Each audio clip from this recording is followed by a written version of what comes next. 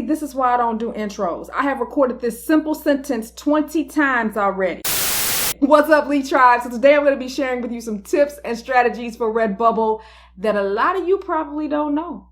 Stay tuned. All right, ladies and gents, so let's get started. I want you guys to comment down below and let me know if you learned anything and if you have your own hidden or lesser known tips about RedBubble that you might want to share with everybody else.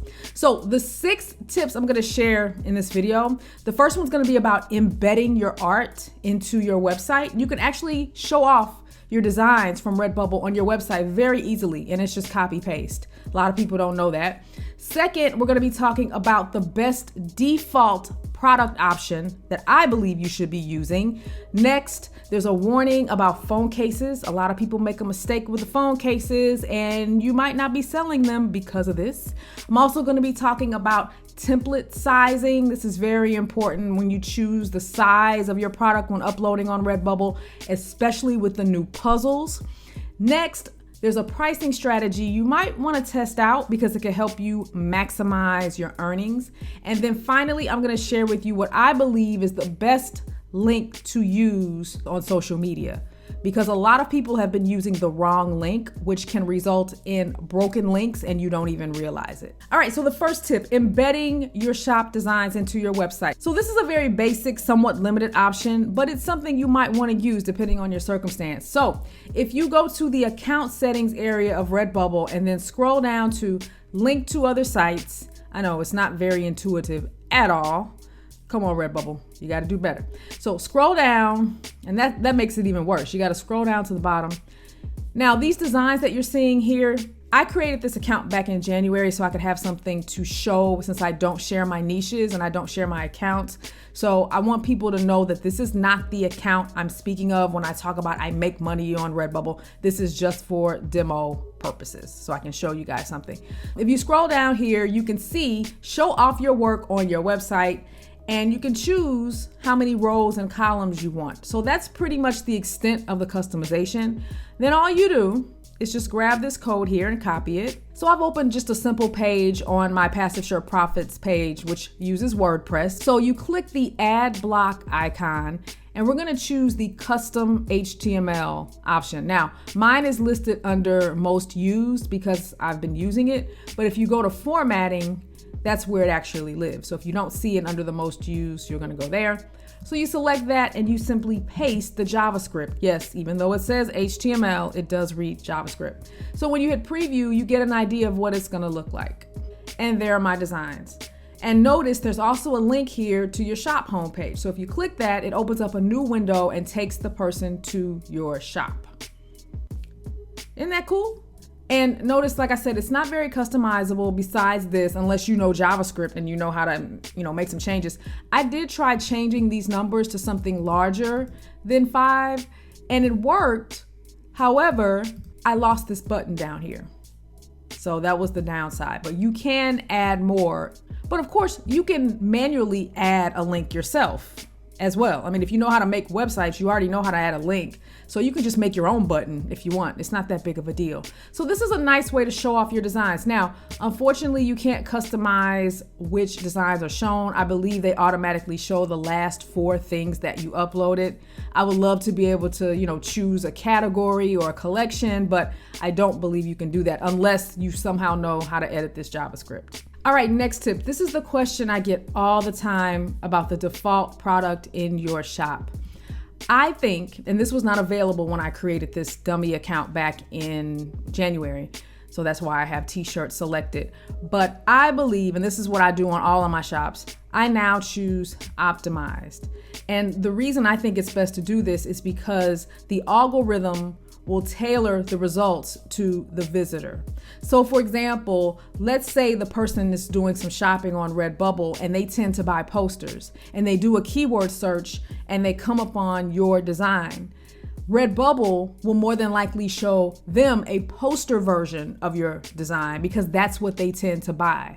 So it's almost like a smart option where the algorithm will show the customer or the potential customer what is best based on their shopping history or their interest or what they tend to click on. So I personally think this is the best choice for the default product in your shop. And that's what I've been using ever since they introduced it. All right, the next thing I want to talk about is the phone cases. If you are not using an all over pattern and you're using a single image for your phone cases, be very, very careful of the cameras. A lot of people don't take the time to look through all of their previews. And I don't know what happened here to this Samsung. It's broken. Okay. Anyway. And as you can see, this Samsung Galaxy, and it's usually the Samsung phones, their cameras can be very low.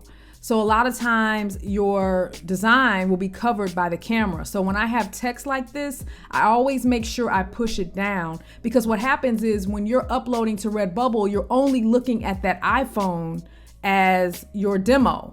And so you think, oh, it looks great on the iPhone, so it's going to look great on everything, but that's not the case. So if you're doing single image designs, always check all of the phone models and the phone brands, because they may look different because of the camera. The next thing I want to talk about is the size of the image that you upload to RedBubble. I get this question a lot as well. An ideal size for RedBubble is usually somewhere around 11,000 by 11,000. You want it to be very, very big. Now, I tend to use something smaller, but ideally, especially as they roll out new products, it's better to go bigger. So for example, if you look at the puzzles, my design here is not taking up the entire puzzle. So who wants a puzzle with a bunch of plain pieces? That's not going to be very fun to work. So for certain products like the puzzle, it's really best to pay attention to what recommendation RedBubble suggests. So for example, 9075 by 6201, that way your image will fill up the entire template. And ideally, you'll have some type of color or design that fills the entire area, so the puzzle will make sense, right? You would never want a puzzle that looks like this. That would be terrible to work. So I know a lot of people use the same size for everything, and that's the fastest way to get it done. However, that doesn't always make sense, because let's say you do 12,000 by 12,000. Well, that's a complete square, but 12,000 by 12,000 might not look as great on a backpack that has a more rectangular design. So in certain cases, you may have to create a custom image with the recommended size for that particular image just to make your design look best on that product. So it's not that one size fits all in many cases. Sometimes it can work out that way, but be careful with these rectangular products. When your design is mostly square, it might not look as well, or it might not cover the whole area, but you can always check what the recommended size is for that individual product so it looks best. All right, now when it comes to pricing, this is something that I like to do, especially on products I sell a lot of. So let's say, for example, you're selling a lot of A-line dresses. Now, I personally don't sell a lot of these. I think I may have sold like one dress the entire time I've been on RedBubble. But this is an example. This is priced at $46.45. So let's say you're selling a lot of these. If I have something that's selling a lot, I tend to bump up the price to where it's like $49.99 or somewhere around that range, because if something is going to sell repeatedly at $46, it's probably going to sell well at $49. Now, I don't do this if it's $41. I'm just going to bump everything up to $49. But if it's close, why not bump it up? So if something is selling well at $21, it's probably going to sell pretty well at $24 or $25. So don't be afraid to bump up your products, especially ones that are selling regularly. Now, if you're not selling anything and you're just going to start jacking up all your prices, I don't think that's a good idea either. But if something is selling, try to maximize your earnings as much as possible. And I know people who have their sticker margin set at 500%. Now, I don't recommend going that high when you're starting. Maybe start off at 100 and work your way up. But 100, 200%, yes, you will be able to sell stickers at that margin. Definitely. Definitely take it off that 20%. You can sell them for a much higher price point than that. So yeah, don't be afraid to play around with these prices. There's no set rule for this. This is just something that I'm experimenting with. And so feel free to do the same. That's the only way you'll really know. Now let's talk about what people are doing wrong with social media and the links that they are using to promote their art. This is a terrible mistake. A lot of times when people upload, so let's pretend we're just uploading this for the first time and you're getting ready to grab a link and you're gonna put it on social media to tell everybody about your art, right? Never use this page right here.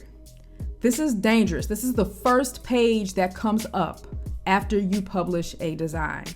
And to my knowledge, and I've tested this, this is a temporary page that only you can see. It's a cookied page. It's easy to think that because you can see it, everybody can see it. No. The best link to use is the promote link. And RedBubble created this specifically for your self-promotion.